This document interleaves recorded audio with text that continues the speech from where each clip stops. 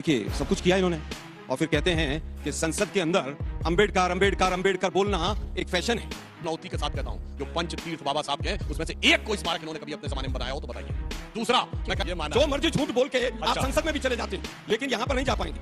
आज सब्सिडी का कहीं जिक्र पूरे संविधान में नहीं। दोस्तों, आगे आप वीडियो में देखने वाले हैं भाजपा प्रवक्ता सुधांशु त्रिवेदी कहता है कि हमने अंबेडकर जी के लिए बहुत सारी स्मारक बनवाए हैं। इस पर कांग्रेस प्रवक्ता आलोक शर्मा कहते हैं, इन्होंने तो सब कुछ किया है और ये संसद के अंदर बोलते हैं अंबेडकर अंबेडकर बोलना एक फैशन है। ये कहकर आलोक शर्मा सुधांशु त्रिवेदी की जबरदस्त तरह से धुलाई करते हैं। दोस्तों, आज की वीडियो बहुत मजेदार है, वीडियो लास्ट तक जरूर देखें। पिक्चर चालू करो बे। देखिए, अभी राहुल गांधी जी बोल रहे थे कि हम लोगों का माइंड सेट है। अब ये पूरा देश समझता है कि राहुल गांधी जी का माइंड कहां से सेट है। सबको पता है वो कोई ऐसी सेटिंग है उस माइंड की कि हर संसद सत्र से ठीक पहले कोई ना कोई मुद्दा 7 समुंदर पार से आता है और बवाल होने लगता है। इसलिए ये हर मुद्दे के ऊपर जो सेटिंग कर रहे हैं वो अब सेटिंग सबको समझ में आ रही है कि वो सोरस स्कूल ऑफ थॉट से कोई सेटिंग है।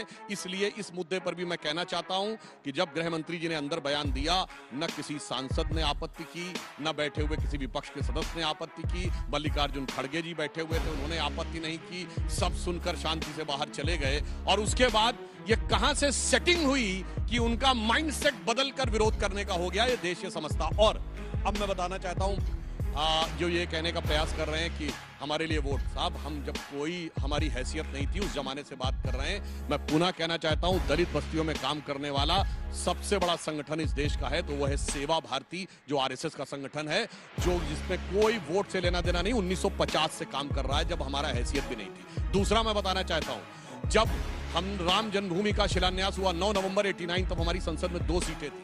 तो पहली ईंट जो रखवाई गई वो कामेश्वर चौपाल, जो कि एक दलित से, उनसे रखवाई गई। जबकि पूरी शास्त्रीय पद्धति से 4 ईंटें जो रखवाई जाती हैं, नंदा भद्रा जयापूर्णा, वो हम लोगों ने रखवाई थी। उसके बाद और इसके बाद अगर देखें तो उनकी जन्मभूमि महू को स्मारक 1990 में मध्य प्रदेश में पटवा जी की सरकार आने के बाद हम लोगों ने बनवाया। फिर 1996 में हमने नागपुर की दीक्षा भूमि को स्मारक बनवाया, जब हमारी और शिवसेना की सरकार आई।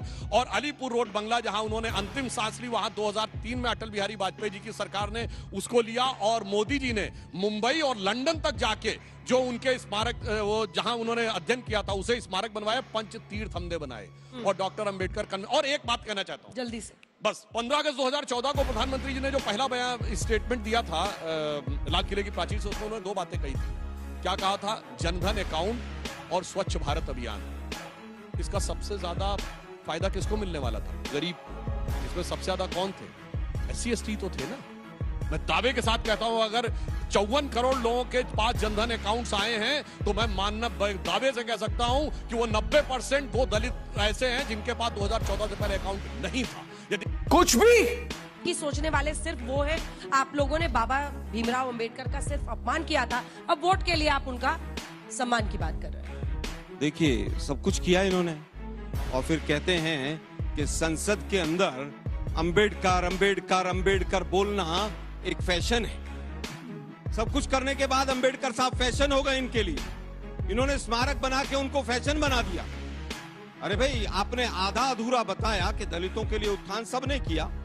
सुधांशु भाई, ये लड़ाई आज मनुस्मृति वर्सेस संविधान की है। आप लोग मनुस्मृति लागू करना चाहते थे, बाबा साहब संविधान लागू करना चाहते थे।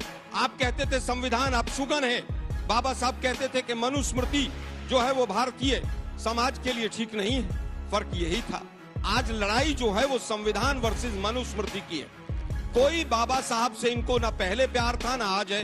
सही बात है। जिस समय पर संसद में वो थे तब भी विरोध करते थे। ये हिंदू कोड बिल का भी विरोध करते थे, जिनके जो बाबा साहब के हृदय के सबसे नजदीक विषय था। उसके बाद रामलीला ग्राउंड में आकर जिस तरह से संविधान की प्रतियां जलाते थे। और ये तो वो लोग हैं जिन्होंने बाबा साहब की शव यात्रा उनके जीते जी निकाल दी थी। क्या जिंदा रहते हुए आरएसएस ने बाबा साहब की शव यात्रा नहीं निकाली थी? आज आप कह रहे हैं हमने साहब लंदन में उनका वो म्यूजियम बना दिया, वहां पर फलां कर दिया, यहां पर वो कर दिया। आज हम केवल ये कहते हैं कि अडानी, मणिपुर, संभल, इन तमाम विषयों से कैसे ध्यान भटकाया जाए, उसको पूरी तरह से काम कर रहे थे। आपने तो बाबा साहब के फोटो लेकर जो सांसद संसद के अंदर खड़े थे, उनके फोटो के स्थान पर आपने जॉर्ज सोरोस का फोटो अपने ऑफिशियल बीजेपी के ट्विटर हैंडल से लगा दिया। आप बाबा साहब को जॉर्ज सोरोस बनाना चाहते हैं। आप किस बात की बात कर रहे हैं? आप कहते हैं कि साहब हम तो बाबा साहब के बड़े नजदीक हैं। बहुत अच्छी बात है, आपको नजदीक रहना चाहिए, क्योंकि मजबूरी में आपको नजदीक आना जरूरी हो गया है। हम तो बार बार कह रहे हैं आपसे कि आपने जो भी कल हुआ उसकी सीसीटीवी फुटेज पूरी तरह से तुरंत अभी तक क्यों नहीं आई, इसका कोई जवाब नहीं है। आपको चाहिए कि सीसीटीवी फुटेज तुरंत वहां पर जो भी मकर द्वार पर हुआ है वो सामने आए। अडानी से ध्यान भटकाना है तो सोरोस को लाना है, सोरोस से ध्यान भटकाना है तो अमित शाह जी की गलत स्टेटमेंट आनी है। जब स्टेटमेंट वापस उल्टी पड़ गई पूरे देश के अंदर तो पूरी तरह से फिर धक्का मुक्की पर और गुंडई पर आप आ गए। मेरे पास 2 फोटो हैं, इसमें एक फोटो सीधा सीधा बताता है कि आप प्ले कार्ड लेकर नहीं गए थे वहां पर, आप पूरी तरह से वहां पर डंडे और लाठियों के स्लोगन के साथ गए हो। प्ले कार्ड के नीचे डंडे, क्योंकि आरएसएस डंडा कल्चर से ही आई है। हम तो हमेशा से सौहार्द की बात करते हैं, लेकिन ये लाठी और डंडों की बात करते हैं। ठीक है। दूसरा, इन्होंने जो इनके तमाम सांसद थे वो जो स्क्रिप्ट लिखी गई वो सारी झूठ लिखी गई। अरे भाई, अगर बाबा साहब का सम्मान करना है तो सबसे पहली चीज है कि उनके बनाए हुए संविधान का सम्मान कीजिए, लेकिन आप वो नहीं करेंगे। आप म्यूजियम बनाकर और संसद में संगोल रखकर आप गुंडई के साथ आप कहेंगे कि हम बाबा साहब का सम्मान करते आपने हैं। 2 फोटो कहा था, एक और है क्या? एक फोटो ठीक है, और अगली है बार में दिखा दीजिएगा, जिसके इससे अंदर- जवाब दीजिए। वो नहीं, कह मैं रहे इसको चला ही सीसीटीवी देता हूं। फुटेज दिखाइए ना, वो कह रहे जी। सीसीटीवी फुटेज दिखाइए। अंजना जी, मैं- एफआईआर अब सेकंड राउंड में बोल लीजिएगा। एफआईआर की कॉपी मेरे हाथ में है। वो कह रहे हैं आप फटाफट फुटेज दिखा दीजिए, देखिए- मामला ही खत्म हो जाएगा। देखिए कैसे लोग बोलते हैं। अरे सीसीटीवी भाई, है कि नहीं है सर? संसद फुटेज भवन है। की सीसीटीवी की फुटेज जांच के बाद निष्कर्ष में दिखाई जाएगी। मगर मैं पूछना चाहता हूं, इनके तो तमाम सांसदों के हाथ में मोबाइल थे। आज तो आदमी जरा सी घटना होता है वीडियो बनाना शुरू करता है, और इनके नेता तो बड़े सिद्धहस्त हैं। वो मिमिक्री का भी वीडियो बना रहे थे, याद है, कॉमेडी का भी वीडियो बना रहे थे।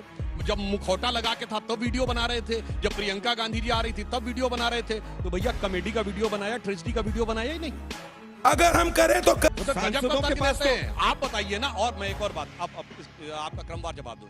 इन्होंने कहा हमने ये बनवाया, मैं चुनौती के साथ कहता हूं, जो पंच तीर्थ बाबा साहब के हैं उसमें से एक कोई स्मारक इन्होंने कभी अपने जमाने में बनाया हो तो बताइए।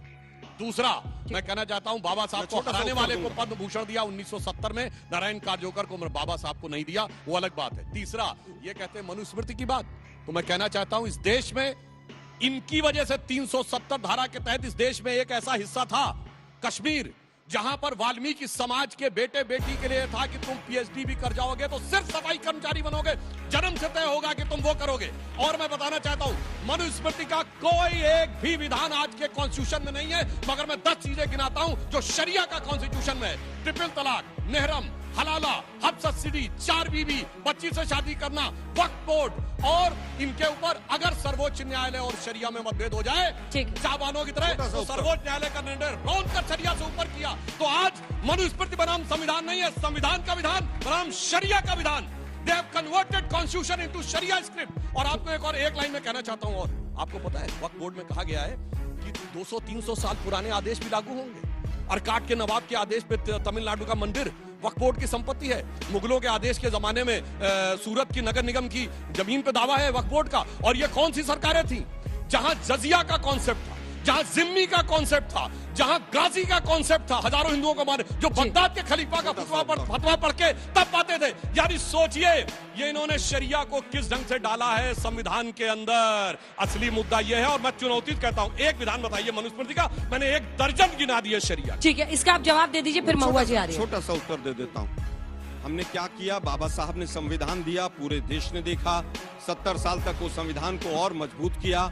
इसीलिए आज देश के प्रधानमंत्री ऐसे हैं जो पूरी तरह से विभाजनकारी बातें करते हैं और बयान देते हैं, भैंस की और मंगलसूत्र की बात करते हैं चुनाव में। उसी संविधान की ताकत है वो।